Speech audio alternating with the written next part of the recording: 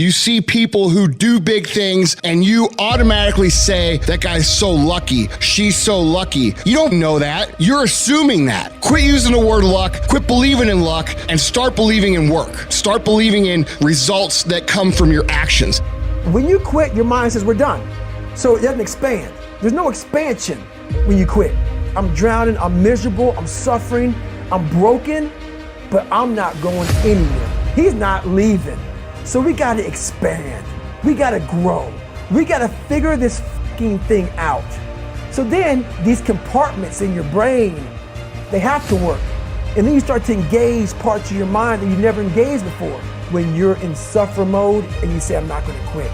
You're forcing your brain now to operate on a level it's not used to.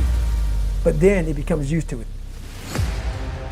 We have two primary choices in life. We can either accept conditions as they exist, or we can take the responsibility to change them. See, a lot of people want to exempt themselves from taking responsibility. All they want to do is talk about the problem. Every time you see them, they'll tell you their story over and over and over and over again. No. You want to take responsibility for your life. I got me here, I can get me out of this. And I'm getting out. I'm not going to be a volunteer victim. Here's the truth. This is the reality. Nobody's going to believe in you until you've already done it. Nobody's going to come and celebrate with you until you've already done it. The work is going to come before the belief, which means you're going to have to work for a long fucking time by yourself with no applause, with no awards, with nobody telling you good job.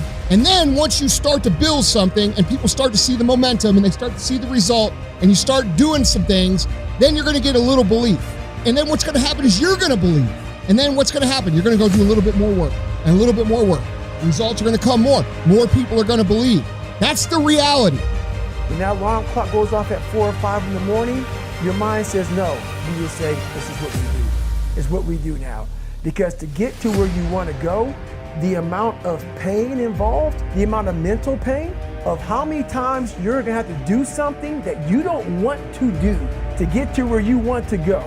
There's going to be more times you do something that you don't want to do than you are going to want to do. And that's your new norm.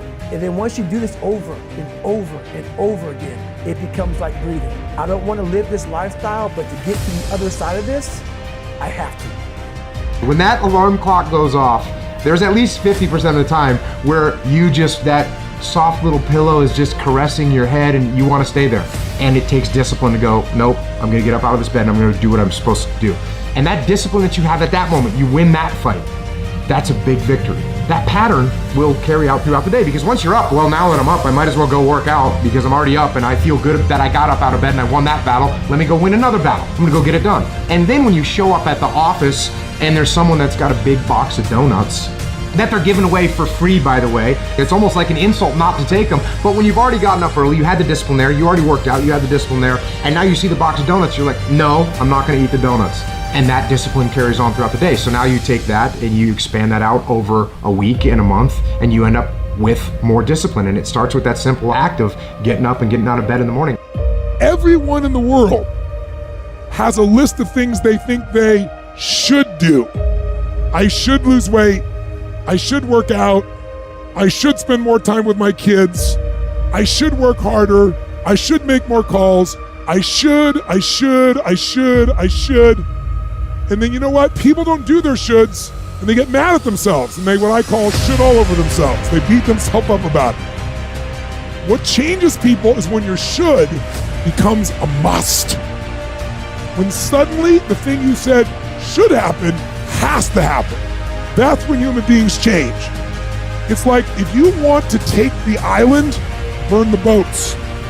Because if there's no way to go back, it's amazing what happens when it's a must to do something versus a should.